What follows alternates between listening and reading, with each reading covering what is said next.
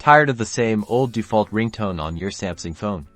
Let's make your phone truly yours by setting your favorite song as your ringtone. First, unlock your phone and locate the settings icon, usually represented by a gear. Tap on it to open your phone's settings. Within the settings menu, you'll want to find and tap on sounds and vibration. This is where all your audio personalization options reside. Now, look for ringtone and tap on it. This will take you to a list of your current ringtone options. On this screen, you'll see your current ringtone selection and a plus icon or an option like Add from Phone or Custom Ringtone. Tap on this option to browse your device for music. This will open your phone's music library or a file browser, allowing you to choose the song you want to set as your ringtone. Scroll through your list of downloaded songs until you find the perfect one.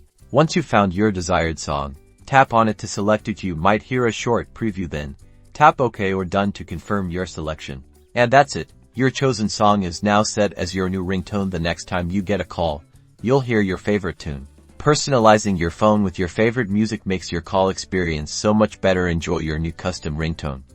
Don't forget to like this video and subscribe for more helpful Samsung tips.